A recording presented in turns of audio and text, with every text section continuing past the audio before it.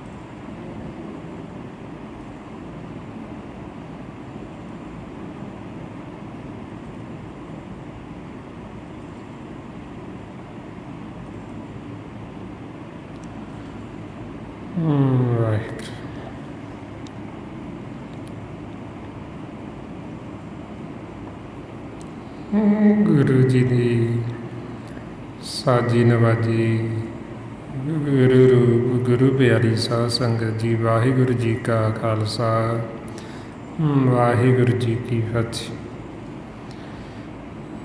ਗੁਰਮੁਖ ਪਿਆਰਿਓ, ਗੁਰਬਾਣੀ ਗੁਰੂ ਵਿੱਚ ਜੋ ਆਪਾਂ ਨੂੰ ਗੁਰੂ ਸਾਹਿਬਾਨਾਂ ਨੇ, ਭਗਤਾਂ ਨੇ, ਗੁਰਸਿੱਖਾਂ ਨੇ, ਸੰਤ ਸਾਧੂ ਜਨਾਂ ਨੇ,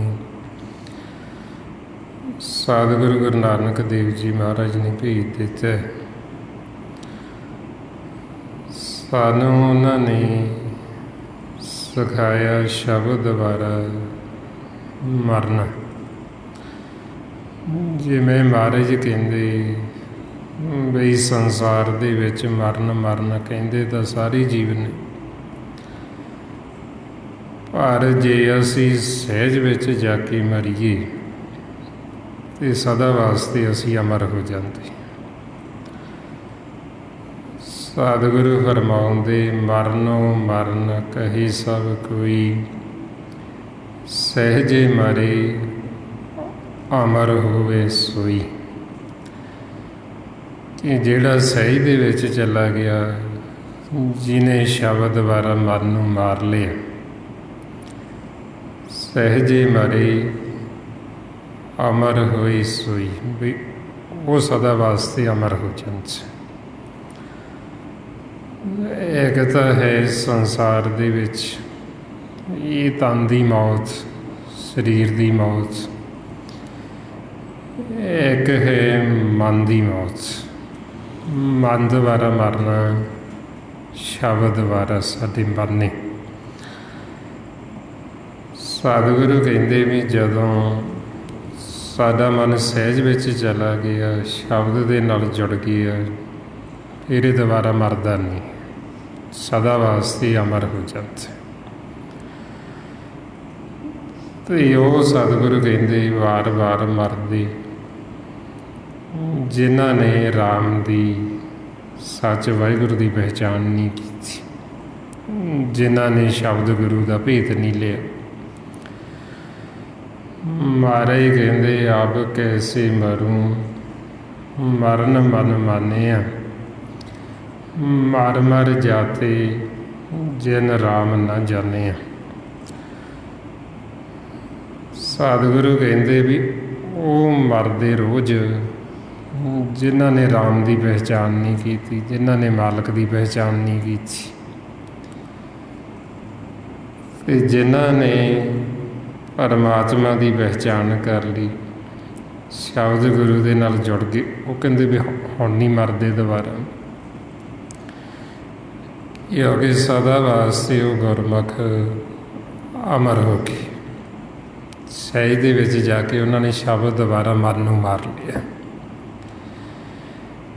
ਇਹੋ ਸਤਿਗੁਰੂ ਆਪਾਂ ਨੂੰ ਸਮਝਾਉਂਦੇ ਵੀ ਜੇ ਹੁਣ ਅਸੀਂ ਸ਼ਬਦ ਦੁਬਾਰਾ ਮਨ ਨੂੰ ਮਾਰ ਲਈਏ ਤੇ ਫਿਰ ਸਦਾ ਆਨੰਦ ਹੈ, ਫਿਰ ਸਦਾ ਸੁੱਖ, ਫਿਰ ਅਸੀਂ ਦੁਬਾਰਾ ਆਉਂਦੇ ਜਾਂਦੇ ਨਹੀਂ, ਫਿਰ ਸਾਡਾ ਜਨਮ ਮਰਨ ਨਹੀਂ ਹੁੰਦਾ, ਦੁਬਾਰਾ ਅਸੀਂ ਵਾਰ ਵਾਰ ਇਹ ਚੱਕਰ 'ਚ ਨਹੀਂ ਪੈਂਦੇ ਆਉਣ ਜਾਣ 'ਚ। ਸਤਿਗੁਰੂ ਕਹਿੰਦੇ ਸ਼ਬਦ ਮਰੇ ਤਾਂ ਸਦਾ ਆਨੰਦ, ਸਤਿਗੁਰ ਭੇਟੇ ਗੁਰ ਗੋਬਿੰਦ, ਨਾ ਫਿਰ ਮਰੇ ਨਾ ਆਵੇ ਜਾਏ, ਪੂਰੇ ਗੁਰ ਤੇ ਸੱਚ ਸਮਾਏ। ਫਿਰ ਅਸੀਂ ਸੱਚ ਦੇ ਵਿੱਚ ਸਮਾ ਜਾਣਾ, ਮਾਲਕ ਦੇ ਵਿੱਚ ਲੀਨ ਹੋ ਜਾਣਾ।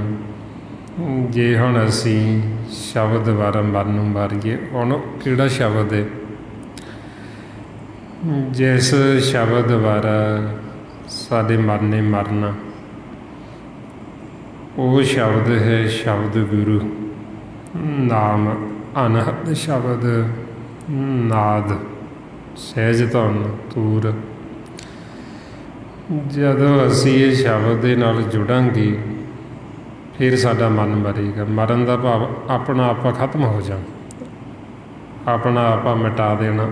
ਉਦੋਂ ਕਹਿੰਦੇ ਮਰ ਗਿਆ। ਜਿਵੇਂ ਆਪਾਂ ਸਰੀਰ ਦੇ ਵਿੱਚ ਸੰਸਾਰ 'ਚ ਦੇਖਦੇ ਬਈ ਜਦੋਂ ਜੀਵ ਦੇਹ ਛੱਡ ਜਾਂਦਾ, ਇਹ ਸਰੀਰ ਖਤਮ ਹੋ ਜਾਂਦਾ, ਅਤੇ ਆਪਾਂ ਕਹਿ ਦਿੰਦੇ ਹਾਂ ਵੀ ਮਰ ਗਏ, ਸਾਹ ਖਤਮ ਹੋ ਗਈ, ਸਵਾਸ ਖਤਮ ਹੋ ਗਈ। ਅਤੇ ਮਨ ਨੂੰ ਉਦੋਂ ਕਹਿੰਦੇ ਮਰ ਗਿਆ ਜਦੋਂ ਇਹ ਫਿਰ ਸ਼ਬਦ ਗੁਰੂ ਦੇ ਵਿੱਚ ਸਮਾ ਜਾਂਦਾ, ਨਾਮ ਦੇ ਵਿੱਚ ਸਮਾ ਗਿਆ। ਇਹਨੂੰ ਅੰਮ੍ਰਿਤ ਰਸ ਆਉਂਦਾ, ਇਹ ਸਦਾ ਵਾਸਤੇ ਅਮਰ ਹੋ ਜਾਂਦਾ, ਅਤੇ ਫਿਰ ਇਹ ਦੁਬਾਰਾ ਨਹੀਂ ਮਰਦਾ। ਉਦੋਂ ਕਹਿੰਦੇ ਵੀ ਮਨ ਮਰ ਗਿਆ, ਇਹਦਾ ਆਪਣਾ ਆਪਾ ਖਤਮ ਹੋ ਗਿਆ, ਆਪਾ ਭਾਵ ਖਤਮ ਹੋ ਗਿਆ। ਅਤੇ ਇਸ ਲਈ ਫਿਰ ਸਾਨੂੰ ਭਗਤ ਜਨਾਂ ਨੇ ਸਮਝਾਇਆ ਵੀ ਇੱਦਾਂ ਮਰੋ ਵੀ ਜਿਹੜਾ ਸਾਨੂੰ ਦੁਬਾਰਾ ਵਾਰ ਵਾਰ ਮਰਨਾ ਨਾ ਪਵੇ। ਐਸੇ ਮਰੋ ਜੋ ਬੌਰ ਨਾ ਮਰਨਾ, ਸੋ ਧਿਆਨ ਧਰੋ ਜੋ ਬੌਰ ਨਾ ਧਰਨਾ। ਵੀ ਇੱਦਾਂ ਦੀ ਮੌਤ ਮਰੀਏ ਵੀ ਸਾਨੂੰ ਦੁਬਾਰਾ ਮਰਨਾ ਹੀ ਨਾ ਪਵੇ, ਵਾਰ ਵਾਰ ਸਾਨੂੰ ਜੰਮਣਾ ਨਾ ਪਵੇ, ਨਾ ਮਰਨਾ ਪਵੇ। ਅਤੇ ਉਹ ਧਿਆਨ ਧਰੋ ਜਿਹੜਾ ਵਾਰ ਵਾਰ ਸਾਨੂੰ ਆਉਣਾ ਨਾ ਪਵੇ। ਧਿਆਨ ਧਰੋ ਨਿਰੰਕਾਰ ਦਾ, ਵਾਹਿਗੁਰੂ ਦਾ, ਪਰਮਾਤਮਾ ਤੋਂ। ਹੁਣ ਜਿਨ੍ਹਾਂ ਨੇ ਪਰਮਾਤਮਾ ਨੂੰ ਦੇਖਿਆ ਹੀ ਨਹੀਂ, ਉਹ ਫਿਰ ਪਰਮਾਤਮਾ ਦਾ ਧਿਆਨ ਕਿਵੇਂ ਧਰਨ? ਜਿਹਨੂੰ ਅਸੀਂ ਦੇਖਿਆ ਉਹਦਾ ਹੀ ਅਸੀਂ ਧਿਆਨ ਧਰ ਸਕਦੇ ਹਾਂ। ਭਾਈਆਂ ਮਾਰੇ ਕਹਿੰਦੇ ਵੀ ਜਦ ਤੱਕ ਦੇਖਿਆ ਨਹੀਂ ਅਤੇ ਫਿਰ ਧਿਆਨ ਕਿਹਦਾ ਧਰਦੇ ਹੋ? ਸਤਿਗੁਰੂ ਕਹਿੰਦੇ ਬਿਨ ਭੇਖੇ ਕਹੋ ਕੈਸੋ ਧਿਆਨ। ਵੀ ਜਦ ਤੱਕ ਤੁਸੀਂ ਦੇਖਿਆ ਹੀ ਨਹੀਂ ਪਰਮਾਤਮਾ ਨੂੰ, ਅਤੇ ਫਿਰ ਤੁਸੀਂ ਉਹਦਾ ਧਿਆਨ ਕਿਵੇਂ ਧਰੋਗੇ? ਫਿਰ ਤੁਸੀਂ ਕਿਹਦਾ ਧਿਆਨ ਧਰਦੇ? ਸੋ ਇਸ ਵਾਸਤੇ ਕਹਿੰਦੇ ਵੀ ਜਦ ਤੱਕ ਅਸੀਂ ਸਤ ਸੰਗਤ ਦੇ ਵਿੱਚ ਨਹੀਂ ਆਉਂਦੇ, ਸਾਨੂੰ ਸੱਚ ਦਾ ਨਾਮ ਦਾ ਭੇਤ ਨਹੀਂ ਆਉਂਦਾ, ਜਦ ਤੱਕ ਅਸੀਂ ਗੁਰੂ ਦੀ ਸ਼ਰਨ 'ਚ ਨਹੀਂ ਆਉਂਦੇ, ਸਾਨੂੰ ਇਹ ਗਿਆਨ ਨਹੀਂ ਹੁੰਦਾ, ਸਾਨੂੰ ਇਹ ਸੋਝੀ ਨਹੀਂ ਹੁੰਦੀ। ਭਾਈਆਂ ਮਹਾਰਾਜ ਕਹਿੰਦੇ ਬਿਨ ਗੁਰ ਦੀਖਿਆ ਕਹੋ ਕੈਸੋ ਗਿਆਨ। ਬਈ ਗੁਰੂ ਦੀ ਸ਼ਰਨ ਤੋਂ ਬਿਨਾਂ ਉਹ ਕਿੱਦਾਂ ਦਾ ਗਿਆਨ ਜਿਹਨੇ ਸਾਨੂੰ ਵੈਰ ਵਿਰੋਧ 'ਚ ਹੀ ਲੈ ਜਾਣ, ਜਿਹਨੇ ਸਾਡੇ ਅੰਦਰ ਹਉਮੈ ਹੰਕਾਰ ਹੀ ਪੈਦਾ ਕਰ ਦੇਣਾ, ਈਰਖਾ ਨਫ਼ਰਤ ਪੈਦਾ ਕਰ ਦੇਣੀ, ਉਹ ਗਿਆਨ ਨਹੀਂ ਹੈ। ਜਿਹਨੇ ਸਾਨੂੰ ਅਸ਼ਾਂਤ ਕਰ ਦੇਣਾ, ਸਾਡੇ ਮਨ ਨੂੰ ਸ਼ਾਂਤੀ ਨਹੀਂ ਆਉਣ ਦੇਣੀ, ਉਹਨੂੰ ਗਿਆਨ ਨਹੀਂ ਕਿਹਾ ਜਾਂਦਾ। ਗਿਆਨ ਹੁੰਦਾ ਜਿਹੜਾ ਸਾਨੂੰ ਸੁੱਖ ਦਿੰਦਾ, ਗਿਆਨ ਹੁੰਦਾ ਵੀ ਜਿਹੜਾ ਸਾਨੂੰ ਘਰ ਲੈ ਜਾਵੇ। ਇਸ ਕਰਕੇ ਜਦੋਂ ਅਸੀਂ ਸਤਸੰਗ ਚਾਹਾਂਗੇ, ਸਤਿਗੁਰ ਸਾਨੂੰ ਪੂਰਨ ਤੌਰ 'ਤੇ ਗਿਆਨ ਦਿੰਦੇ, ਹਰ ਇੱਕ ਪੱਖੋਂ ਸਾਨੂੰ ਸਮਝਾਉਂਦੇ। ਜਦੋਂ ਸਾਨੂੰ ਇਹ ਪੂਰਨ ਤੌਰ 'ਤੇ ਗਿਆਨ ਹੋਏਗਾ ਅਤੇ ਫਿਰ ਸਾਡਾ ਮਨ ਹੈ ਜਿਹੜਾ ਇਹ ਸ਼ੀਤਲ ਹੋ ਜਾਂਦਾ, ਠੰਡਾ ਹੋ ਜਾਂਦਾ, ਫਿਰ ਇਹ ਦੁਖੀ ਨਹੀਂ ਹੁੰਦਾ, ਫਿਰ ਇਹ ਅਸ਼ਾਂਤ ਨਹੀਂ ਹੁੰਦਾ, ਫਿਰ ਇਹ ਦੁਰਮਤ ਦੀ ਅਗਨ 'ਚ ਸੜੇਗਾ ਨਹੀਂ, ਫਿਰ ਇਹ ਵੈਰ ਵਿਰੋਧ 'ਚ ਨਹੀਂ ਜਾਏਗਾ। ਇਸ ਲਈ ਫਿਰ ਇਸ ਨੂੰ ਕਹਿੰਦੇ ਬ੍ਰਹਮ ਦਾ ਗਿਆਨ। ਸਾਰੀ ਗੁਰਬਾਣੀ ਗੁਰੂ 1430 ਅੰਗ, ਇਹ ਸਾਰਾ ਬ੍ਰਹਮ ਦਾ ਗਿਆਨ। ਬ੍ਰਹਮ ਕਹਿੰਦੇ ਪਰਮਾਤਮਾ ਵਾਹਿਗੁਰੂ, ਕਿ ਕਿਵੇਂ ਇਹ ਸਾਰਾ ਬ੍ਰਹਮ ਤੋਂ ਪਸਾਰਾ ਹੋਇਆ, ਇੱਕ ਤੋਂ ਸਾਰਾ ਬ੍ਰਹਮ ਹੀ ਬ੍ਰਹਮ, ਕਿਵੇਂ ਇਹ ਬ੍ਰਹਮ ਨੂੰ ਅਸੀਂ ਦੇਖਣਾ, ਕਿਵੇਂ ਅਸੀਂ ਬ੍ਰਹਮ 'ਚ ਲੀਨ ਹੋਣਾ, ਉਹ ਸਾਰਾ ਫਿਰ ਆਪਾਂ ਨੂੰ ਭੇਦ ਦਿੱਤਾ। ਸਤਿਗੁਰੂ ਕਹਿੰਦੇ ਬ੍ਰਹਮੋਂ ਪਸਾਰਾ ਬ੍ਰਹਮ ਪਸਰਿਆ, ਸਭ ਬ੍ਰਹਮ ਦ੍ਰਿਸ਼ਟੀ ਆਇਆ। ਇਹ ਸਾਰਾ ਜੋ ਬ੍ਰਹਮ ਤੋਂ ਪਸਾਰਾ ਹੋਇਆ ਪਰਮਾਤਮਾ ਨਿਰੰਕਾਰ ਤੋਂ, ਇਹ ਸਾਰਾ ਸਾਨੂੰ ਫਿਰ ਬ੍ਰਹਮ ਦਾ ਗਿਆਨ ਦਿੱਤਾ ਹੋਇਆ, ਸਾਡਾ ਆਪਣੇ ਆਪ ਹੀ ਦਾ। ਜੇ ਸਾਨੂੰ ਗਿਆਨ ਹੋ ਜਾਏਗਾ, ਇਹ ਹੋਣ ਦੇ ਨਾਲ ਹੀ ਸਾਡਾ ਮਨ ਠੰਡਾ ਹੋ ਜਾਂਦਾ। ਮਾਰੇ ਫਰਮਾਉਂਦੇ ਕਬੀਰ ਮਨ ਸੀਤਲ ਭਇਆ, ਆਇਆ ਬ੍ਰਹਮ ਗਿਆਨ, ਜੈਨ ਜਵਾਲਾ ਜਗ ਜਾਰਿਆ, ਸੋ ਜਨ ਕੇ ਉਦਕ ਸਮਾਨ। ਬਈ ਜਿਹੜੇ ਹਰੀ ਦੇ ਜਨ, ਜਿਨ੍ਹਾਂ ਨੂੰ ਇਹ ਗਿਆਨ ਹੋ ਗਿਆ, ਉਹਨਾਂ ਦਾ ਮਨ ਜਿਹੜਾ ਠੰਡਾ, ਅਤੇ ਉਹਨਾਂ ਨੂੰ ਇਹ ਅਗਨ ਆਉਂਦੀ ਨਹੀਂ, ਉਹ ਪਾਣੀ ਵਰਗੀ ਠੰਡੀ ਲੱਗਦੀ, ਉਹਨਾਂ ਨੂੰ ਸਾੜਦੀ ਨਹੀਂ। ਉਹਨਾਂ ਨੂੰ ਕਾਹਤੋਂ ਨਹੀਂ ਸਾੜਦੀ? ਕਿਉਂਕਿ ਉਹਨਾਂ ਨੂੰ ਬ੍ਰਹਮ ਦਾ ਗਿਆਨ। ਅਤੇ ਇਹੀਓ ਸਤਿਗੁਰੂ ਹੁਣ ਆਪਾਂ ਨੂੰ ਗਿਆਨ ਦੇ ਰਹੇ। ਬਈ ਜੋ ਹੁਣ ਆਪਾਂ ਦੇਖਦੇ ਸੰਸਾਰ ਦੇ ਵਿੱਚ, ਮਨਾਂ ਦੇ ਵਿੱਚ ਕਲੇਸ਼, ਪਰਿਵਾਰਾਂ 'ਚ ਕਲੇਸ਼, ਸਮਾਜ 'ਚ ਕਲੇਸ਼, ਮਨਾਂ ਦੇ ਅੰਦਰ ਵੈਰ ਵਿਰੋਧ, ਈਰਖਾ ਨਫ਼ਰਤ, ਦੁਰਮਤ ਦੀ ਅਗਨ, ਫਿਰ ਉਹ ਮਨਾਂ ਨੂੰ ਅੰਦਰੋਂ ਸਾੜਦੀ। ਇਹਦੇ ਵਿੱਚ ਸਾਰਾ ਜਗਤ ਹੀ ਸੜ ਰਿਹਾ।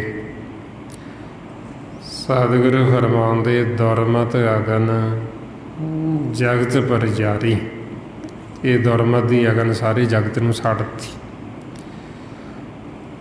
ਹੁਣ ਇਹ ਅਗਨ ਤੋਂ ਅਸੀਂ ਫੇਰ ਬਚ ਸਕਦੇ ਹਾਂ ਜੇ ਅਸੀਂ ਸ਼ਬਦ ਦੀ ਵਿਚਾਰ ਕਰਾਂਗੇ, ਨਾਮ ਦੀ। ਮਾਰੇ ਕਹਿੰਦੇ ਸੋ ਉਭਰੇ ਜੋ ਗੁਰ ਸ਼ਬਦ ਵਿਚਾਰੇ। ਇਹ ਜਿਹੜੇ ਸ਼ਬਦ ਗੁਰੂ ਦੀ ਵਿਚਾਰ ਕਰਦੇ, ਸੁਣਦੇ, ਉਹ ਇਹ ਅਗਨ ਤੋਂ ਉੱਪਰ ਉੱਠ ਜਾਂਦੇ, ਉਹਨਾਂ ਨੂੰ ਇਹ ਅਗਨ ਨਹੀਂ ਸਾੜਦੀ। ਜਿਨ੍ਹਾਂ ਨੂੰ ਭੇਦ ਨਹੀਂ ਆਇਆ ਨਾਮ ਦਾ, ਸੱਚ ਦਾ, ਜਿਨ੍ਹਾਂ ਨੇ ਸਤ ਸੰਗਤ ਨਹੀਂ ਕੀਤੀ, ਉਹ ਫਿਰ ਦਿਨ ਰਾਤ ਸੜਦੇ, ਦਿਨ ਰਾਤ ਜਲਦੇ। ਤੇ ਦੁਖੀ ਹੁੰਦੇ।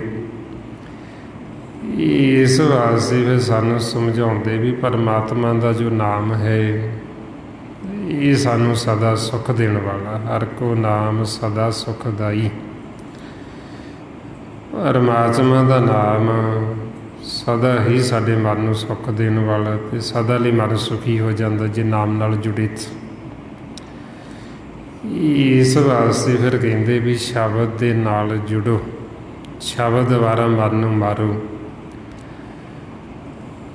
ਹੁਣ ਜਦੋਂ ਅਸੀਂ ਇਹ ਸਿਮਰਨ ਕਰਾਂਗੇ, ਅਭਿਆਸ ਕਰਾਂਗੇ, ਮਨ ਨੂੰ ਵਿਚਾਰਾਂ ਤੋਂ ਰਹਿਤ ਕਰ ਦਾਂਗੇ, ਫਿਰ ਇਹ ਸਾਡਾ ਮਨ ਅੰਦਰੋਂ ਉਹ ਸ਼ਬਦ ਗੁਰੂ ਨੂੰ ਸੁਣਨਾ ਸ਼ੁਰੂ ਕਰ ਦਿੱਤਾ। ਜਦੋਂ ਅਸੀਂ ਇਹ ਸ਼ਬਦ ਗੁਰੂ ਨੂੰ ਸੁਣਾਂਗੇ, ਫਿਰ ਸੁਣ ਸੁਣ ਕੇ ਅਸੀਂ ਉਹਦੇ ਵਿੱਚ ਸਮਾਉਣਾ, ਉਹਦੇ ਵਿੱਚ ਲੀਨ ਹੋਣਾ। ਸਤਿਗੁਰੂ ਕਹਿੰਦੇ ਵੀ ਇੱਥੇ ਆਪਾਂ ਨੂੰ ਸਮਝਾਉਂਦੇ ਵੀ ਜਦੋਂ ਅਸੀਂ ਸਿਮਰਨ ਕਰਨ ਲੱਗੇ, ਇਸੇ ਫਿਰ ਮਨ ਕੀ ਕਰਦਾ ਇੱਥੇ ਭੱਜ ਕੇ ਸੁਣਨ ਦੇ ਵਿੱਚ ਜਾ ਵੜਦਾ। ਸੁਣਨ 'ਚ ਕੀ ਵੀ ਸਾਨੂੰ ਨੀਂਦ ਆ ਜਾਏਗੀ। ਜਦੋਂ ਅਸੀਂ ਸੁਣਨ 'ਚ ਚਲੇ ਗਏ ਅਤੇ ਅਸੀਂ ਸਮਝਿਆ ਵੀ ਮਨ ਮਰ ਗਿਆ, ਅਤੇ ਸਤਿਗੁਰੂ ਕਹਿੰਦੇ ਮਰਿਆ ਨਹੀਂ। ਇਹ ਕਿਸੇ ਸਮੇਂ ਵੀ ਫਿਰ ਸੁਣਨ 'ਚੋਂ ਇੱਧਰ ਆਏਗਾ ਅਤੇ ਇੱਧਰ ਫਿਰ ਇਹ ਬੈਰ ਵਿਰੋਧ 'ਚ ਚਲਾ ਜਾਏਗਾ, ਫਿਰ ਈਰਖਾ ਨਫ਼ਰਤ ਕਰਨੀ ਸ਼ੁਰੂ ਕਰ ਦੇਗਾ। ਇਸ ਲਈ ਕਹਿੰਦੇ ਵੀ ਇੱਥੇ ਫਿਰ ਸਾਨੂੰ ਗੁਰੂ ਦੀ ਮੱਤ ਦੀ ਲੋੜ ਪੈਂਦੀ। ਮਹਾਰਾਜ ਉਦਾਹਰਨ ਦਿੰਦੇ ਇੱਕ ਸੱਪ ਦੀ, ਬਈ ਇੱਕ ਸੱਪ ਉਹਨੂੰ ਤੁਸੀਂ ਮਾਰਨ ਲੱਗੇ ਅਤੇ ਉਹ ਭੱਜ ਕੇ ਬਰਮੀ 'ਚ ਜਾ ਵੜੇ। ਖੁੱਡ ਨੂੰ ਬਰਮੀ ਦਾ ਨਾਂ ਦਿੱਤਾ, ਆਪਾਂ ਖੁੱਡ ਕਹਿ ਦਿੰਦੇ ਹਾਂ, ਗੁਰਬਾਣੀ 'ਚ ਬਰਮੀ ਕਹਿੰਦੇ। ਉਹ ਬਰਮੀ 'ਚ ਜਾ ਵੜਿਆ ਅਤੇ ਆਪਾਂ ਉੱਥੋਂ ਮੂੰਹ ਕਰਤਾ ਬੰਦ, ਖੁੱਡ ਬੰਦ ਕਰਤੀ ਅਤੇ ਵੀ ਸਮਝਿਆ ਸੱਪ ਮਰ ਗਿਆ। ਕਹਿੰਦੇ ਮਰਿਆ ਨਹੀਂ, ਕਿਸੇ ਸਮੇਂ ਵੀ ਫੇਰ ਬਾਹਰ ਨਿਕਲ ਸਕਦਾ ਅਤੇ ਫਿਰ ਉਹ ਨੁਕਸਾਨ ਕਰ ਸਕਦਾ। ਇਸੇ ਤਰ੍ਹਾਂ ਹੀ ਸਤਿਗੁਰੂ ਕਹਿੰਦੇ ਗੋਬਿੰਦ ਭਜਨ ਕੀ ਮਤ ਹੈ ਹੋਰਾ, ਬਰਮੀ ਮਾਰੀ ਸਾਪ ਨ ਮਰੀ, ਨਾਮ ਨਾ ਸੁਣੀ ਡੋਰਾ। ਵੀ ਜਦ ਤੱਕ ਸਾਡਾ ਮਨ ਨਾਮ ਦੇ ਨਾਲ ਜੁੜਦਾ ਨਹੀਂ, ਅੰਦਰੋਂ ਨਾਮ ਨੂੰ ਸੁਣਦਾ ਨਹੀਂ ਅਤੇ ਇਹਨੂੰ ਅੰਮ੍ਰਿਤ ਰਸ ਨਹੀਂ ਆਉਂਦਾ, ਉਹਨਾਂ ਸਮਾਂ ਇਹਨੂੰ ਮਰਿਆ ਨਹੀਂ ਸਮਝਣਾ ਵੀ ਇਹ ਮਰ ਗਿਆ। ਏਡੀ ਛੇਤੀ ਮਰਦਾ ਨਹੀਂ। ਇਸ ਵਾਸਤੇ ਫਿਰ ਕਹਿੰਦੇ ਵੀ ਜਦੋਂ ਇਹ ਸ਼ਬਦ ਗੁਰੂ ਨਾਲ ਜੁੜੇਗਾ, ਸ਼ਬਦ ਦੇ ਵਿੱਚ ਨਾਮ ਦੇ ਸਮਾਏਗਾ, ਇਹਨੂੰ ਅੰਮ੍ਰਿਤ ਆਏਗਾ ਅਤੇ ਫਿਰ ਸਮਝਣਾ ਵੀ ਹੁਣ ਮਰ ਗਿਆ। ਜਦੋਂ ਸ਼ਬਦ ਦੇ ਵਿੱਚ ਸਮਾ ਗਿਆ, ਫਿਰ ਸਦਾ ਲਈ ਅਮਰ ਹੋ ਗਿਆ। ਫਿਰ ਇਹ ਦੁਬਾਰਾ ਨਹੀਂ ਮਰਦਾ। ਫਿਰ ਇਹਦਾ ਜਨਮ ਮਰਨ ਜਿਹੜਾ ਇਹ ਸਦਾ ਵਾਸਤੇ ਖੰਡਨ ਹੋ ਜਾਂਦਾ ਅਤੇ ਸਦਾ ਲਈ ਅਮਰ ਹੋ ਜਾਂਦਾ। ਸਤਿਗੁਰੂ ਫਰਮਾਉਂਦੇ ਹਰ ਜਨ ਹਰ ਹਰ ਨਾਮ ਸਮਾਣੇ, ਦੁੱਖ ਜਨਮ ਮਰਨ ਭਵ ਖੰਡਾ ਹੀ, ਅਵਨਾਸੀ ਪੁਰਖ ਪਾਇਆ ਪਰਮੇਸ਼ਰ, ਬਹੁ ਸੋਭ ਖੰਡ ਬ੍ਰਹਮੰਡਾ ਹੀ। ਇਹ ਜਦੋਂ ਅਸੀਂ ਨਾਮ ਦੇ ਵਿੱਚ ਸਮਾ ਗਏ, ਜਿਹੜਾ ਜਨਮ ਮਰਨ ਸੀ ਇਹ ਖੰਡਨ ਹੋ ਗਿਆ। ਪਰਮਾਤਮਾ ਅਵਨਾਸੀ, ਉਹਨੂੰ ਮਿਲ ਗਏ ਅਤੇ ਮਨ ਵੀ ਅਵਨਾਸੀ ਹੋ ਗਈ, ਸਦਾ ਲਈ ਅਮਰ ਹੋ ਗਿਆ। ਇਸ ਵਾਸਤੇ ਫਿਰ ਕਹਿੰਦੇ ਵੀ ਸ਼ਬਦ ਦੁਬਾਰਾ ਮਰ, ਉਹ ਗੁਰੂ ਕਰੋ ਜਿਹੜਾ ਸਾਨੂੰ ਦੁਬਾਰਾ ਕਰਨ ਦੀ ਲੋੜ ਨਾ ਪਵੇ। ਸੋ ਗੁਰ ਕਰੋ ਜੋ ਬੌਰ ਨਾ ਕਰਨਾ, ਵੀ ਉਹ ਸ਼ਬਦ ਦੇ ਨਾਲ ਜੁੜੋ ਜਿਹੜੇ ਸ਼ਬਦ ਦੇ ਵਿੱਚ ਸਮਾਉਣ 'ਤੇ ਦੁਬਾਰਾ ਸਾਨੂੰ ਜਨਮ ਮਰਨ ਦਾ ਚੱਕਰ ਨਹੀਂ ਪੈਂਦਾ। ਇਸ ਲਈ ਮਹਾਰਾਜ ਕਹਿੰਦੇ ਵੀ ਉਹ ਹੈ ਸ਼ਬਦ ਗੁਰੂ ਨਾਮ, ਪਰਮਾਤਮਾ ਦੇ ਮੁਖ ਦੀ ਆਵਾਜ਼, ਜਿਹਦਾ ਅਸੀਂ ਆਪਣੀ ਸੁਰਤੀ ਨੂੰ, ਆਪਣੇ ਮਨ ਨੂੰ ਉਹਦਾ ਚੇਲਾ ਬਣਾਉਣਾ। ਜੋ ਗੁਰੂ ਨਾਨਕ ਪਾਤਸ਼ਾਹ ਆਪਾਂ ਨੂੰ ਫਰਮਾਉਂਦੇ ਸ਼ਬਦ ਗੁਰੂ ਸੁਰਤ ਧੁਨ ਚੇਲਾ, ਕਿ ਸਾਡਾ ਸ਼ਬਦ ਗੁਰੂ ਹੈ ਅਤੇ ਸਾਡੀ ਜਿਹੜੀ ਸੁਰਤੀ, ਸਾਡਾ ਮਨ ਉਹ ਸ਼ਬਦ ਗੁਰੂ ਦਾ ਚੇਲਾ। ਇਸ ਲਈ ਅਸੀਂ ਕਹਿੰਦੇ ਅਸੀਂ ਪੁਜਾਰੀ ਹਾਂ ਸ਼ਬਦ ਗੁਰੂ ਦੇ। ਬਈ ਕਿਸੇ ਆਕਾਰ ਦੇ ਜਾਂ ਕਿਸੇ ਦੇਹ ਦੇ ਪੁਜਾਰੀ ਨਹੀਂ, ਕਿਸੇ ਦੂਜੇ ਦੇ ਪੁਜਾਰੀ ਨਹੀਂ ਵੀ ਅਸੀਂ ਕਿਸੇ ਹੋਰ ਦੀ ਪੂਜਾ ਕਰਦੇ। ਅਸੀਂ ਪੁਜਾਰੀ ਹਾਂ ਉਹ ਸ਼ਬਦ ਗੁਰੂ ਦੇ, ਨਾਮ ਦੇ, ਨਾਦ ਦੇ, ਜਿਹਦੇ ਨਾਲ ਸਾਡੀ ਸੁਰਤੀ ਜੁੜੀ ਅਤੇ ਜਿਹਦੇ ਅਸੀਂ ਚੇਲੇ। ਜਦੋਂ ਅਸੀਂ ਉਹ ਸ਼ਬਦ ਗੁਰੂ ਦੇ ਨਾਲ ਜੁੜਾਂਗੇ ਅਤੇ ਫਿਰ ਸਾਡਾ ਮਰਨ ਹੋਣਾ, ਫਿਰ ਸਾਡੇ ਮਨ ਨੇ ਮਰਨਾ। ਨਹੀਂ, ਸਾਡਾ ਮਨ ਮਰਦਾ ਹੀ ਨਹੀਂ। ਤਾਈਓਂ ਮਹਾਰਾਜ ਫਿਰ ਸਾਨੂੰ ਉਹ ਸ਼ਬਦ ਗੁਰੂ ਦਾ ਭੇਦ ਦਿੰਦੇ ਅਤੇ ਉਹ ਸ਼ਬਦ ਗੁਰੂ ਦੇ ਨਾਲ ਜੋੜਦੇ ਗੁਰਬਾਣੀ ਗੁਰੂ। ਜਦੋਂ ਆਪਾਂ ਗੁਰਬਾਣੀ ਗੁਰੂ ਨੂੰ ਸਤ ਕਰਕੇ ਮੰਨਦੇ ਹਾਂ, ਇਹਨਾਂ ਦੇ ਦੱਸੇ ਹੋਏ ਮਾਰਗ ਦੇ ਉੱਤੇ ਚੱਲਦੇ ਹਾਂ, ਸਿਮਰਨ ਕਰਦੇ ਹਾਂ, ਆਪਾਂ ਨੂੰ ਕਹਿੰਦੇ ਅੰਤਰਮੁਖੀ ਹੋਵੋ, ਆਪਾਂ ਅੰਤਰਮੁਖੀ ਹੋ ਜਾਂਦੇ ਹਾਂ ਅਤੇ ਸਾਨੂੰ ਉਹ ਸ਼ਬਦ ਗੁਰੂ ਦੇ ਨਾਲ ਜੋੜ ਦਿੰਦੇ, ਜਿਹਦੇ ਨਾਲੋਂ ਸਾਡੇ ਮਨ ਦੀ ਲਿਵ ਟੁੱਟ ਚੁੱਕੀ ਹੈ। ਇਸ ਲਈ ਮਹਾਰਾਜ ਫਰਮਾਉਂਦੇ ਬਾਣੀ ਗੁਰੂ, ਗੁਰੂ ਹੈ ਬਾਣੀ, ਵਿੱਚ ਬਾਣੀ ਅੰਮ੍ਰਿਤ ਸਾਰੀ, ਗੁਰਬਾਣੀ ਕਹੇ ਸੇਵਕ ਜਨ ਮਾਨੇ, ਪ੍ਰਤੱਖ ਗੁਰੂ ਨਿਸਤਾਰੇ। ਇਹ ਜੋ ਗੁਰਬਾਣੀ ਗੁਰੂ ਆਪਾਂ ਨੂੰ ਉਹ ਸ਼ਬਦ ਗੁਰੂ ਨਾਲ ਜੋੜਦੇ, ਆਪਾਂ ਨੂੰ ਸਮਝਾਉਂਦੇ ਵੀ 3 ਪ੍ਰਕਾਰ ਦੀ ਕਥਾ ਹੁੰਦੀ। ਇੱਕ ਕਥਾ ਹੈ ਦ੍ਰਿਸ਼ਟਮਾਨ।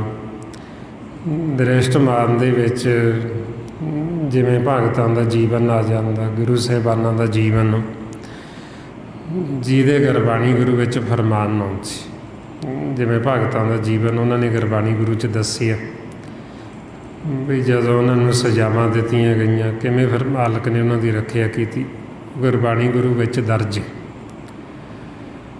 ਇਹਨੂੰ ਦ੍ਰਿਸ਼ਟਮਾਨ ਕਥਾ ਕਹਿੰਦੇ। ਇੱਕ ਕਥਾ ਹੈ ਅਕਥ ਕਹਾਣੀ। ਇਹਦੇ ਵਿੱਚ ਇਹ ਸਾਰਾ ਸੂਖਮ ਦਾ ਭੇਦ ਦਿੱਤਾ ਜਾਂਦਾ, ਜੋ ਇਹ ਆਪਾਂ ਵਿਚਾਰ ਕਰਦੇ ਹਾਂ ਵੀ ਸਾਰੀ ਮਨ ਦੀ ਵਿਚਾਰ ਚੱਲਦੀ, ਇਹਨੂੰ ਅਕਥ ਕਹਾਣੀ ਕਹਿੰਦੇ। ਇਹਦੇ ਵਿੱਚ ਸਰੀਰ ਦੀ ਕੋਈ ਗੱਲ ਨਹੀਂ ਹੁੰਦੀ, ਸਰੀਰ ਨੂੰ ਪਾਸੇ ਕਰ ਦਿੰਦੇ, ਪਿੰਡ ਕਹਿ ਕੇ, ਘਰ ਕਹਿ ਕੇ, ਜਿਹੜਾ ਇਹਦੇ ਅੰਦਰ ਪਰਿਵਾਰ ਵੱਸਦਾ ਉਹਦੀ ਕਹਾਣੀ ਚੱਲਦੀ। ਵਿਛੋੜੇ ਤੋਂ ਮਿਲਾਪ ਤੱਕ ਦੀ ਕਹਾਣੀ, ਇਹਨੂੰ ਅਕਥ ਕਹਾਣੀ ਕਹਿੰਦੇ, ਅਕਥ ਕਥਾ। ਤੀਜੀ ਕਥਾ ਹੈ ਹਰੀ ਦੀ ਕਥਾ।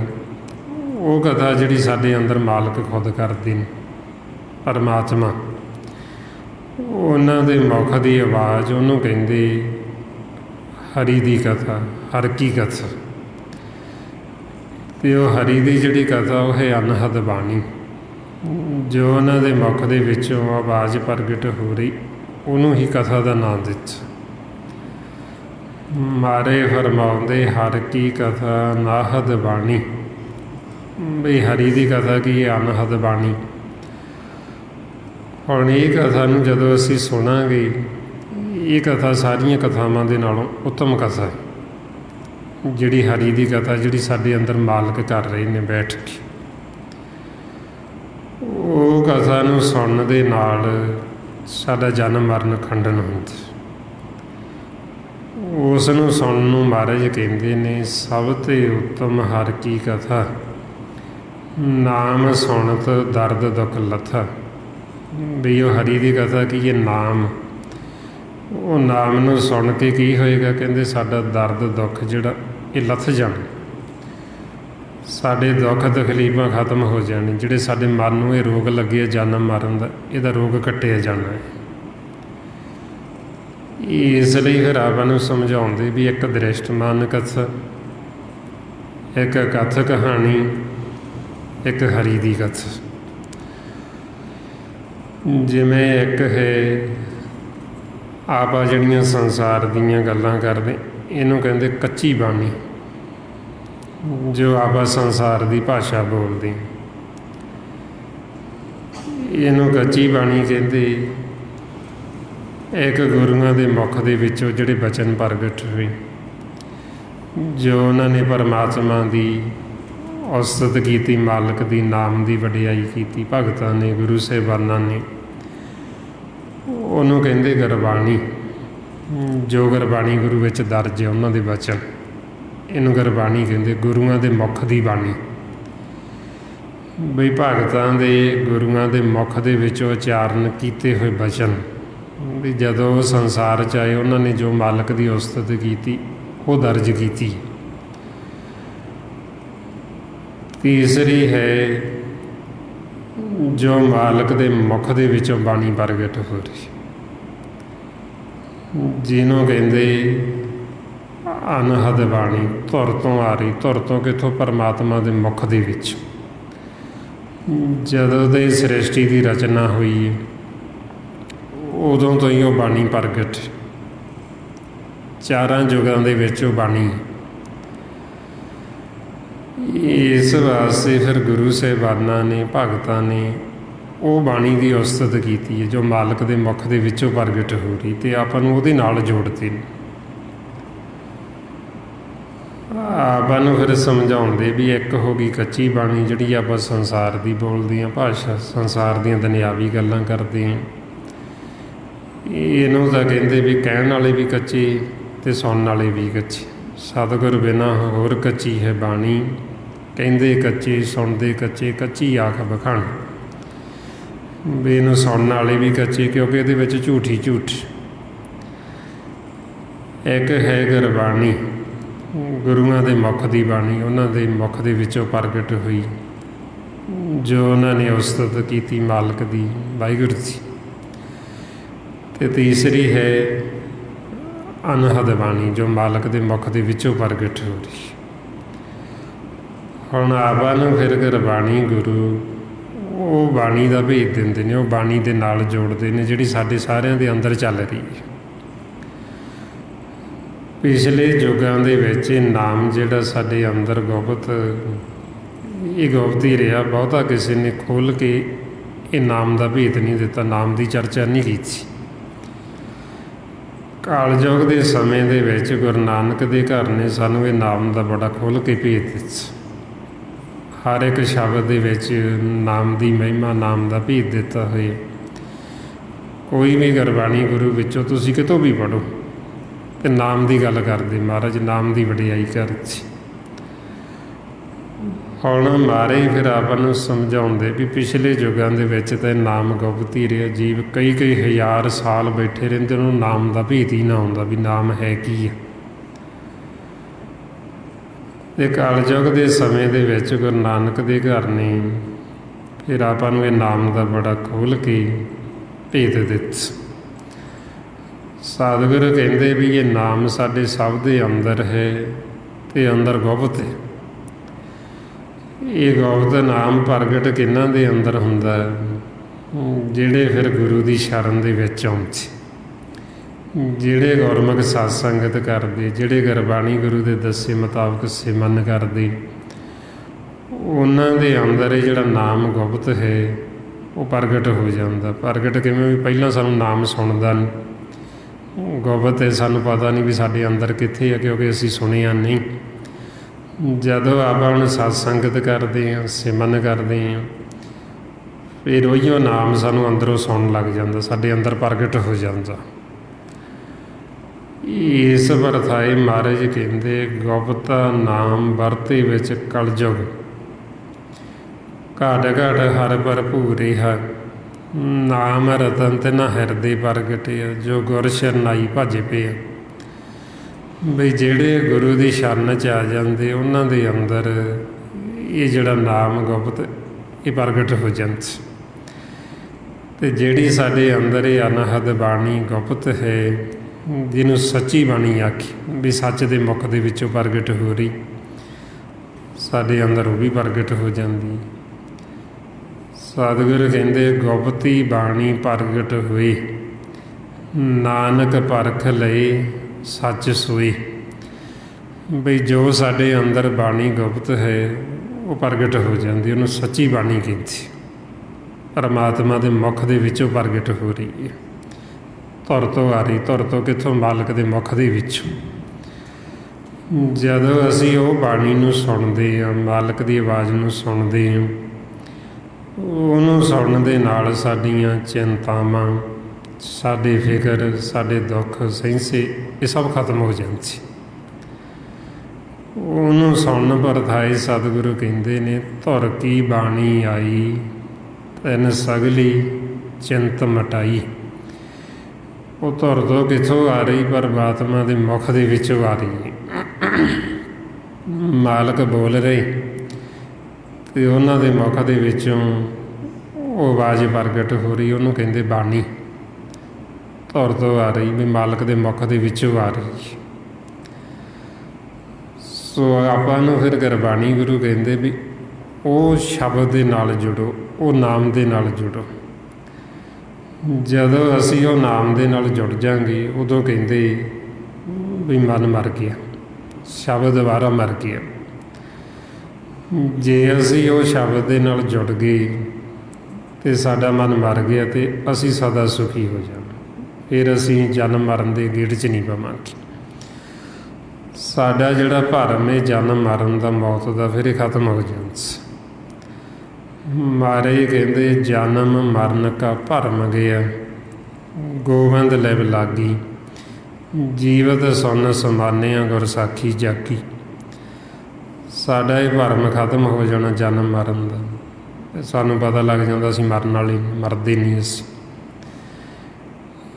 ਕਿਉਂਕਿ ਮਹਾਰਾਜ ਕਹਿੰਦੇ ਵੀ ਮਰਦੇ ਉਹ ਨੇ ਜਿਨ੍ਹਾਂ ਨੇ ਨਾਮ ਦਾ ਭੇਤ ਨਹੀਂ ਲਿਆ, ਜਿਨ੍ਹਾਂ ਨੇ ਸੱਚ ਦਾ ਭੇਤ ਨਹੀਂ ਲਿਆ।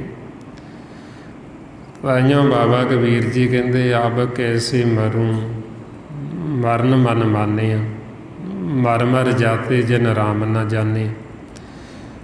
ਵੀ ਮੈਂ ਕਿਵੇਂ ਮਰਾਂ, ਕਿਉਂਕਿ ਮੇਰਾ ਤਾਂ ਮਨ ਮੰਨ ਗਿਆ ਹੁਣ ਸ਼ਬਦ ਦੇ ਵਿੱਚ ਉਹ ਸਮਾ ਗਿਆ ਅਤੇ ਹੁਣ ਤਾਂ ਮਰੇਗਾ ਹੀ ਨਹੀਂ, ਸਦਾ ਲਈ ਅਮਰ ਹੋ ਗਿਆ। ਮਰਦੇ ਕੌਣ? ਕਹਿੰਦੇ ਉਹ ਰੋਜ਼ ਮਰਦੇ ਜਿਨ੍ਹਾਂ ਨੇ ਰਾਮ ਨੂੰ ਜਾਣਿਆ ਹੀ ਨਹੀਂ, ਵਾਹਿਗੁਰੂ ਨੂੰ। ਜਿਨ੍ਹਾਂ ਨੇ ਸ਼ਬਦ ਨੂੰ ਨਹੀਂ ਜਾਣਿਆ, ਨਾਮ ਨੂੰ, ਉਹ ਨਿੱਤ ਮਰਦੇ, ਉਹ ਰੋਜ਼ ਖਪਦੇ। ਮਰ ਮਰ ਜਾਤੇ ਜਿਨ ਰਾਮ ਨਾ ਜਾਣੇ। ਜਿਨ੍ਹਾਂ ਨੇ ਨਹੀਂ ਜਾਣਿਆ ਉਹ ਜਨਮ ਮਰਨ ਦੇ ਚੱਕਰ 'ਚ ਨਹੀਂ, ਉਹ ਵਾਰ-ਵਾਰ ਜੰਮਦੇ ਮਰਦੇ। ਇਸ ਵਾਸਤੇ ਫਿਰ ਆਪਾਂ ਨੂੰ ਕਹਿੰਦੇ ਵੀ ਹੁਣ ਜਦੋਂ ਅਸੀਂ ਹੁਕਮ ਨੂੰ ਬੁੱਝ ਲਾਂਗੇ, ਨਾਮ ਨੂੰ, ਸ਼ਬਦ ਗੁਰੂ ਨੂੰ, ਅਤੇ ਅਸੀਂ ਦੁਬਾਰਾ ਨਹੀਂ ਮਰਾਂਗੇ। ਸਾਡਾ ਜਿਹੜਾ ਇਹ ਖੇਲ ਖਤਮ ਹੋ ਗਿਆ, ਜਨਮ ਮਰਨ ਦਾ ਜਿਹੜਾ ਚੱਕਰ ਸੀ ਉਹ ਮੁੱਕ ਗਿਆ ਅਤੇ ਸਦਾ ਵਾਸਤੇ ਫਿਰ ਆਪਾਂ ਅਮਰ ਹੋ ਗਏ। ਭਾਈਓ ਮਹਾਰਾਜ ਕਹਿੰਦੇ ਬਹਰ ਹਮ ਕਾਹੇ ਆਵੇਂਗੇ। ਵੀ ਹੁਣ ਅਸੀਂ ਦੁਬਾਰਾ ਕਾਹਨੂੰ ਆਉਣਾ ਹੋਇਆ, ਹੁਣ ਨਹੀਂ ਆਵਾਂਗੇ ਮੁੜ ਕੇ ਇਸ ਸੰਸਾਰ ਦੇ ਵਿੱਚ।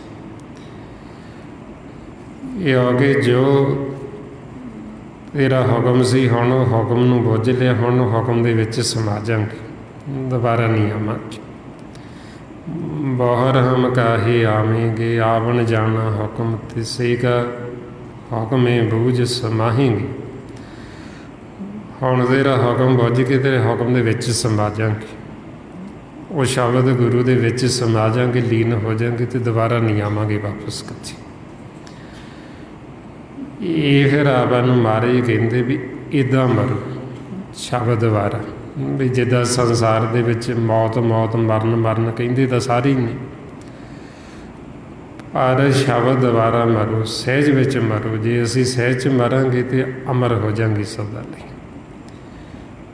ਇਸ ਲਈ ਕਹਿੰਦੇ ਮਰਨੋਂ ਮਰਨ ਕਹੀ ਸਭ ਕੋਈ, ਸਹਿਜੇ ਮਰੇ ਅਮਰ ਹੋਈ ਸੋਈ। ਸਹਿਜ ਵਿੱਚ ਮਰੇ ਅਤੇ ਸਦਾ ਲਈ ਅਮਰ ਹੋ ਜੀ। ਤਾਂ ਕਹਿੰਦੇ ਵੀ ਮਰਨ ਮਰਨ ਕਹਿੰਦੇ ਤਾਂ ਸਾਰੇ, ਪਰ ਇਹਨਾਂ ਨੂੰ ਮਰਨਾ ਆਉਂਦਾ ਨਹੀਂ ਹੈ। ਕਬੀਰ ਮਰਤਾ ਮਰਤਾ ਜਗ ਮੁਆ, ਮਰ ਵੀ ਨਾ ਜਾਣੇ ਕੋਈ। ਐਸੀ ਮਰਨੀ ਜੋ ਮਰੇ, ਬੌਰ ਨਾ ਮਰਨਾ ਹੋਈ। ਵੀ ਇੱਕ ਐਸੀ ਵੀ ਮੌਤ ਹੈ, ਜੇ ਅਸੀਂ ਮਰ ਜਾਈਏ ਅਤੇ ਦੁਬਾਰਾ ਸਾਡੀ ਮੌਤ ਨਹੀਂ ਹੁੰਦੀ। ਜੇ ਅਸੀਂ ਹੁਣ ਸ਼ਬਦ ਗੁਰੂ ਨਾਲ, ਨਾਮ ਦੇ ਨਾਲ ਜੁੜ ਜਾਈਏ ਅਤੇ ਦੁਬਾਰਾ ਨਹੀਂ ਮਰਾਂਗੇ। ਭਾਈਓ ਗੁਰਮੁਖ ਜਦੋਂ ਫਿਰ ਉਹ ਸ਼ਬਦ ਦੇ ਵਿੱਚ ਲੀਨ ਹੋ ਜਾਂਦੇ, ਸ਼ਬਦ 'ਚ ਲੀਨ ਹੋ ਕੇ ਉਹ ਆਪਣੇ ਘਰ ਚਲੇ ਜਾਂਦੇ, ਆਪਣੇ ਦੇਸ਼ ਚਲੇ ਜਾਂਦੇ। ਉੱਥੇ ਜਾ ਕੇ ਦੇਖਦੇ ਆਪਦਾ ਘਰ ਮਾਲਕ ਦੀ ਗੋਦ ਦੇ ਵਿੱਚ ਆਨੰਦ ਮਾਣਦੇ। ਫਿਰ ਜਿੰਨਾ ਸਮਾਂ ਉਹਨਾਂ ਨੂੰ ਦਿੱਤਾ ਹੋਇਆ ਉਹ ਫਿਰ ਇੱਧਰ ਆ ਜਾਂਦੇ। ਮਾਲਕ ਕਹਿੰਦਾ ਵੀ ਹਜੇ ਤੁਹਾਡਾ ਸਮਾਂ ਹੈਗਾ, ਜਾਓ ਫਿਰ ਖੇਲਣ ਵਾਸਤੇ। ਫਿਰ ਆ ਜਾਂਦੀ। ਜਦੋਂ ਇੱਧਰ ਆਉਂਦੇ ਤੇ ਉਹਨਾਂ ਨੂੰ ਹੁਣ ਪਤਾ ਵੀ ਆਪਣੇ ਘਰ ਦੇ ਵਿੱਚ ਕਿੰਨਾ ਸੁੱਖ ਹੈ, ਕਿੰਨਾ ਆਨੰਦ ਹੈ ਉੱਥੇ। ਉੱਥੇ ਸਾਨੂੰ ਕੋਈ ਫਿਕਰ ਨਹੀਂ, ਕੋਈ ਚਿੰਤਾ ਨਹੀਂ, ਉੱਥੇ ਸਾਨੂੰ ਕੋਈ ਕੰਮ ਨਹੀਂ ਕਰਨਾ ਪੈਂਦਾ। ਅੱਜ ਸੰਸਾਰ 'ਚ ਆਪਾਂ ਇੱਥੇ ਆਉਂਦੇ, ਇੱਥੇ ਤਾਂ ਆਪਾਂ ਨੂੰ ਕੰਮ ਕਰਨਾ ਪੈਂਦਾ, ਉੱਥੇ ਆਪਾਂ ਨੂੰ ਕੋਈ ਕੰਮ ਨਹੀਂ ਕਰਨਾ ਪੈਂਦਾ। ਉੱਥੇ ਆਪਾਂ ਨੂੰ ਖੇਤੀ ਨਹੀਂ ਕਰਨੀ ਪੈਂਦੀ, ਕੋਈ ਦੁਕਾਨਦਾਰੀ ਨਹੀਂ ਕਰਨੀ ਪੈਂਦੀ, ਕੋਈ ਹੋਰ ਘਰ ਦੇ ਕੰਮ ਕਾਰ ਜਿਵੇਂ ਬੀਬੀਆਂ ਕਰਦੀਆਂ। ਉੱਥੇ ਆਪਾਂ ਕੋਈ ਪ੍ਰਸ਼ਾਦਾ ਪਾਣੀ ਨਹੀਂ ਬਣਾਉਣਾ, ਉੱਥੇ ਆਪਾਂ ਨੂੰ ਕੋਈ ਬਰਤਨ ਨਹੀਂ ਸਾਫ਼ ਕਰਨੇ ਪੈਂਦੇ। ਜਾਣੀ ਕਿ ਉੱਥੇ ਆਪਾਂ ਨੂੰ ਕੋਈ ਕੰਮ ਨਹੀਂ। ਉਸੇ ਤਾਂ ਮਾਲਕ ਦੇ ਚਰਨਾਂ ਦੇ ਨਾਲ ਜੁੜੇ ਹੋਏ ਹਾਂ ਅਤੇ ਸਾਨੂੰ ਅੰਮ੍ਰਿਤ ਆ ਰਿਹਾ ਅਤੇ ਉਹਦੇ ਵਿੱਚ ਲੀਨ ਹੋਏ ਬੈਠੇ, ਸਮਾਈ ਬੈਠੇ। ਤਾਂ ਉਹਨੂੰ ਕਹਿੰਦੇ ਬੇਗਮਪੁਰਾ, ਬਈ ਗਮਾਂ ਤੋਂ ਰਹਿਤ, ਜਿੱਥੇ ਕੋਈ ਗਮ ਨਹੀਂ, ਕੋਈ ਸਹਿੰਸਾ ਨਹੀਂ, ਕੋਈ ਫਿਕਰ ਨਹੀਂ, ਕੋਈ ਚਿੰਤਾ ਨਹੀਂ, ਕੁਛ ਵੀ ਨਹੀਂ। ਬੇਗਮ, ਗਮਾਂ ਤੋਂ ਰਹਿਤ, ਚਿੰਤਾ ਫਿਕਰਾਂ ਤੋਂ ਰਹਿਤ। ਜਦੋਂ ਫਿਰ ਆਪਾਂ ਉੱਥੇ ਚਲੇ ਜਾਂਦੇ, ਉੱਥੇ ਸਦਾ ਆਨੰਦ। ਅਤੇ ਤਾਈਓ ਫਿਰ ਭਗਤਾਂ ਨੇ ਆਖਿਆ ਵੀ ਜਿਹੜਾ ਸੰਸਾਰ ਮਰਨ ਤੋਂ ਡਰਦਾ, ਵੀ ਸਾਡੇ ਮਨ 'ਚ ਚਾਅ ਹੈ ਬਈ ਉਸ ਭਾਗਾ ਸਮਾਂ ਵੀ ਕਦੋਂ ਆਏਗਾ ਜਦੋਂ ਅਸੀਂ ਇੱਥੋਂ ਪੱਕੀ ਜਾਵਾਂਗੇ, ਬਈ ਮੁੜ ਕੇ ਜਦੋਂ ਇੱਥੇ ਅਸੀਂ ਆਉਣਾ ਹੀ ਨਹੀਂ, ਇਹ ਸਰੀਰ ਨੂੰ ਸਦਾ ਵਾਸਤੇ ਛੱਡ ਜਾਣਾ, ਫਿਰ ਨਹੀਂ ਆਉਣਾ ਦੁਬਾਰਾ। ਇਸ ਲਈ ਕਹਿੰਦੇ ਕਬੀਰ, ਜਿਸ ਮਰਨੇ ਤੇ ਜਗ ਡਰੇ, ਮੇਰੇ ਮਨ ਆਨੰਦ, ਮਰਨੇ ਹੀ ਦੇ ਪਾਈਏ ਪੂਰਨ ਪਰਮਾਨੰਦ। ਬਈ ਜੀ ਤੋਂ ਮਰਨ ਤੋਂ ਸਾਰਾ ਸੰਸਾਰ ਡਰਦਾ ਜਗਤ। ਦੇਖੋ ਸੰਸਾਰ 'ਚ ਕੋਈ ਮਰਨਾ ਹੀ ਨਹੀਂ ਚਾਹੁੰਦਾ ਜੀ, ਇੰਨਾ ਡਰਦਾ ਵੀ ਕਿ ਮੈਨੂੰ ਕਦੇ ਮੌਤ ਹੀ ਨਾ ਆਜੀ। ਅਤੇ ਭਗਤਾਂ ਦੇ ਮਨ 'ਚ ਆਨੰਦ ਹੈ, ਚਾਅ ਹੈ ਵੀ ਕਦੋਂ ਸਮਾਂ ਆਵੇ ਅਤੇ ਕਦੋਂ ਇੱਥੋਂ ਪੱਕੀ ਚਲੇ ਜਾਈਏ, ਮੁੜ ਕੇ ਆਉਣਾ ਹੀ ਨਹੀਂ। ਕਿਉਂਕਿ ਸੰਸਾਰ ਹੈ ਹੀ ਦੁੱਖਾਂ ਦਾ ਘਰ ਹੈ, ਇੱਥੇ ਦੁੱਖ ਹੈ। ਆਪਣੇ ਦੇਸ਼, ਆਪਣੇ ਘਰ ਦੇ ਵਿੱਚ ਕੋਈ ਦੁੱਖ ਨਹੀਂ ਉੱਥੇ, ਪਰ ਉਹ ਤਾਂ ਹੈ ਜੇ ਅਸੀਂ ਆਪਦਾ ਘਰ ਦੇਖਿਆ ਹੋਏਗਾ। ਜੇ ਅਸੀਂ ਘਰ 'ਚ ਆਉਣ ਜਾਣ ਬਣਾਇਆ ਤਾਂ ਆਨੰਦ ਹੈ, ਜੇ ਅਸੀਂ ਸ਼ਬਦ ਦੁਆਰਾ ਮਰੇ ਹਾਂ ਫਿਰ ਆਨੰਦ ਹੈ। ਉੱਦਾਂ ਨਹੀਂ ਜਿਵੇਂ ਸੰਸਾਰ ਦੇ ਵਿੱਚ ਜੀਵ ਮਰਦੇ, ਉਹ ਆਖਣ ਉਹ ਮਰਨਾ ਮਰਨਾ ਕਹਿੰਦੇ ਤਾਂ ਸਾਰੇ ਵੀ ਇੱਕ ਦਿਨ ਜੀ ਮਰ ਹੀ ਜਾਣਾ ਸਭ ਨੇ, ਪਰ ਉਹ ਮਰਨਾ ਨਹੀਂ ਹੈ। ਉਹ ਮਰਦੇ ਤਾਂ ਉਹ ਫਿਰ ਵੀ ਨਹੀਂ, ਉਹਨਾਂ ਨੂੰ ਤਾਂ ਸਗੋਂ ਸਜ਼ਾ ਮਿਲਦੀ, ਉਹ ਤਾਂ ਕੁਛ ਵੀ ਨਹੀਂ ਹੁੰਦਾ ਸਗਾ। ਅਤੇ ਉਹ ਤਾਂ ਸਵਾਸ ਜਦੋਂ ਖਤਮ ਹੋਏ ਅਤੇ ਨਾਲ ਹੀ ਜੰਮ ਜਿਹੜਾ ਉਹ ਕੁੱਟਣਾ ਸ਼ੁਰੂ ਕਰ ਦਿੰਦੇ। ਉਹ ਉਦੋਂ ਪਤਾ ਲੱਗਦਾ ਮਨ ਨੂੰ ਵੀ ਮੈਂ ਤਾਂ ਮਰਿਆ ਹੀ ਨਹੀਂ, ਵੀ ਇਹ ਤਾਂ ਮੈਨੂੰ ਭਰਮ ਹੀ ਸੀ ਬੜਾ ਵੱਡਾ, ਵੀ ਪਤਾ ਨਹੀਂ ਇਹ ਸਰੀਰ ਖਤਮ ਹੋ ਗਿਆ ਅਤੇ ਮਰ ਜਾਣਾ। ਅਤੇ ਉਹ ਤਾਂ ਉਦੋਂ ਜ਼ਿਆਦਾ ਮੁਸੀਬਤ ਪੈ ਜਾਂਦੀ, ਉਦੋਂ ਜ਼ਿਆਦਾ ਔਖਾ ਹੋ ਜਾਂਦਾ। ਕਿਉਂਕਿ ਸਰੀਰ ਦੇ ਵਿੱਚ ਸੀ ਜਦੋਂ, ਉਦੋਂ ਤਾਂ ਫਿਰ ਨਾਲ ਉਹਦੇ ਸੰਗੀ ਸਾਥੀ ਖੜ੍ਹੇ ਸੀ, ਕੋਈ ਨਾ ਕੋਈ, ਚਲੋ ਪਰਿਵਾਰ ਦੇ ਮੈਂਬਰ ਸੀ, ਉਹਦਾ ਦੁੱਖ ਸੁੱਖ ਵੰਡਾਉਂਦੇ ਸੀ। ਅਤੇ ਜਦੋਂ ਇਹ ਦੇਹ ਛੱਡਦੇ ਅਤੇ ਉੱਥੇ ਤਾਂ ਕੋਈ ਉਹਨੂੰ ਛਡਾਉਣ ਵਾਲਾ ਹੀ ਨਹੀਂ। ਅਤੇ ਉਦੋਂ ਉਹਨੂੰ ਪਤਾ ਲੱਗਦਾ ਵੀ ਇਹ ਤਾਂ ਬੜਾ ਵੱਡਾ ਮੇਰੇ ਨਾਲ ਧੋਖਾ ਹੋ ਗਿਆ, ਵੀ ਮੈਂ ਸਮਝਦਾ ਸੀ ਮਰ ਕੇ ਸੌਖਾ ਹੋ ਜਾਊਂ, ਉਹ ਤਾਂ ਹੋਰ ਔਖਾ ਹੋ ਗਿਆ, ਹੋਰ ਦੁਖੀ ਹੋ ਗਏ। ਇਸ ਕਰਕੇ ਭਗਤਾਂ ਦੇ ਮਨ 'ਚ ਆਨੰਦ ਹੈ, ਕਿਉਂਕਿ ਉਹਨਾਂ ਨੇ ਆਪਦੇ ਘਰ 'ਚ ਆਉਣ ਜਾਣ ਬਣਾਇਆ, ਉਹਨਾਂ ਨੇ ਆਪਦਾ ਘਰ ਦੇਖਿਆ। ਉਹ ਨਾਮ 'ਚ ਸਮਾ ਕੇ ਭਵ ਸਾਗਰ ਤੋਂ ਪਾਰ ਚਲੇ ਗਏ, ਉਹਨਾਂ ਨੇ ਆਉਣ ਜਾਣ ਬਣਾ ਲਿਆ ਸੀ। ਉਹਨਾਂ ਵਾਸਤੇ ਖੇਲ, ਜਿਹਨੂੰ ਮਹਾਰਾਜ ਕਹਿੰਦੇ ਆਵਣ ਜਾਵਣ ਇੱਕ ਖੇਲ ਬਣਾਇਆ, ਆਗਿਆਕਾਰੀ ਕੀਨੀ ਮਾਇਆ। ਵੀ ਉਹਨਾਂ ਵਾਸਤੇ ਖੇਲ ਹੈ, ਆਉਂਦੇ ਇੱਧਰ ਸ਼ਬਦ ਦੁਆਰਾ ਖੇਲਦੇ, ਫਿਰ ਸ਼ਬਦ ਸਮਾ ਕੇ ਫਿਰ ਆਪਦੇ ਦੇਸ਼ ਘਰ ਨੂੰ ਵਾਪਸ ਮੁੜ ਜਾਂਦੇ। ਅਤੇ ਉਹਨਾਂ ਨੇ ਫਿਰ ਆਖਿਆ ਵੀ ਜਦੋਂ ਹੁਣ ਸਦਾ ਵਾਸਤੇ ਇੱਥੋਂ ਚਲੇ ਜਾਵਾਂਗੇ, ਮੁੜ ਕੇ ਆਉਣਾ ਹੀ ਨਹੀਂ, ਅਤੇ ਉੱਧਰ ਸਦਾ ਹੀ ਆਨੰਦ ਦੇ ਵਿੱਚ ਮਾਲਕ ਦੇ ਸਦਾ ਲਈ ਲੀਨ ਹੋ ਜਾਣਾ, ਉਹਦੇ ਵਿੱਚ ਸਮਾ ਜਾਣ, ਜਿਵੇਂ ਹੁਣ ਤਾਂ ਆਉਣਾ ਪੈਂਦਾ। ਤਾਂ ਕਰਕੇ ਫਿਰ ਆਪਾਂ ਨੂੰ ਕਹਿੰਦੇ ਵੀ ਸ਼ਬਦ ਦੁਆਰਾ ਮਰੀਏ, ਅਤੇ ਉਹ ਅਸੀਂ ਫੇਰ ਹੀ ਮਰਾਂਗੇ ਜੇ ਹੁਣ ਅਸੀਂ ਉਹ ਸ਼ਬਦ ਨੂੰ ਸੁਣਾਂਗੇ ਤਾਂ, ਅਤੇ ਸ਼ਬਦ ਨੂੰ ਫੇਰ ਸੁਣਾਂਗੇ ਜੇ ਹੁਣ ਆਪਾਂ ਸਿਮਰਨ ਕਰਕੇ ਮਨ ਨੂੰ ਸਹਿਜ ਵਿੱਚ ਲੈ ਕੇ ਚੱਲਾਂਗੇ। ਮਹਾਰਾਜ ਕਹਿੰਦੇ ਸੁਣੋ, ਕਿਵੇਂ ਸੁਣੀਏ? ਗੁਰੂ ਨਾਨਕ ਦੇਵ ਜੀ ਸਤਿਗੁਰੂ ਆਪਾਂ ਨੂੰ ਰੋਜ਼ ਸਮਝਾਉਂਦੇ, ਸੁਣਿਆ ਲਾਗੇ ਸਹਿਜ ਧਿਆਨ, ਸਹਿਜ ਦੇ ਵਿੱਚ ਧਿਆਨ ਨਾਲ ਸੁਣੋ। ਅਤੇ ਜਦੋਂ ਸੁਣਾਂਗੇ ਫਿਰ ਕਹਿੰਦੇ ਕੀ ਹੋਏਗਾ, ਸੁਣਿਆ ਦੁੱਖ ਪਾਪ ਕਾ ਨਾਸ, ਸੁਣਨ ਦੇ ਨਾਲ ਹੀ ਦੁੱਖਾਂ ਪਾਪਾਂ ਦਾ ਨਾਸ ਹੋ ਜਾਣਾ। ਆਓ ਹੁਣ ਕਿਵੇਂ ਅਸੀਂ ਨਾਮ ਨੂੰ ਸੁਣਨਾ, ਉਹਦੇ ਵਾਸਤੇ ਜੋ ਸਤਿਗੁਰੂ ਆਪਾਂ ਨੂੰ ਅਹਿਸਾਸ ਗਿਰਾਸੇ ਮਨ ਦੱਸਦੇ ਨੇ।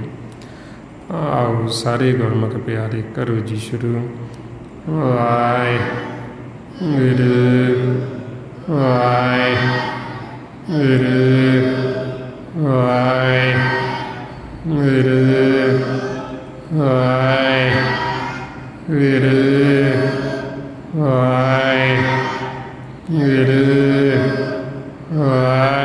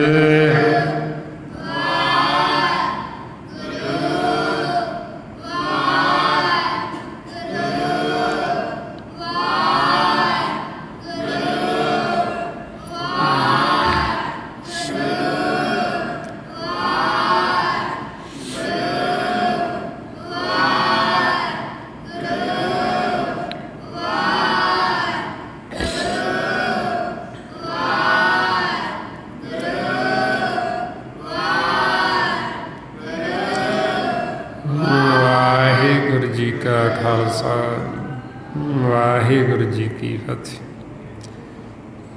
ਇਸ ਤਰੀਕੇ ਦੇ ਨਾਲ ਗੁਰਮੁਖ ਪਿਆਰੇ ਹੋਏ ਸਿਮਰਨ ਅਭਿਆਸ ਕਰਦੇ ਕਰਦੇ ਆਪਾਂ ਅੰਤਰਮੁਖੀ ਹੁੰਦੇ ਜਾਣਾ ਅਤੇ ਮਨ ਨੂੰ ਸਹਿਜ ਵਿੱਚ ਲੈ ਕੇ ਜਾਣਾ।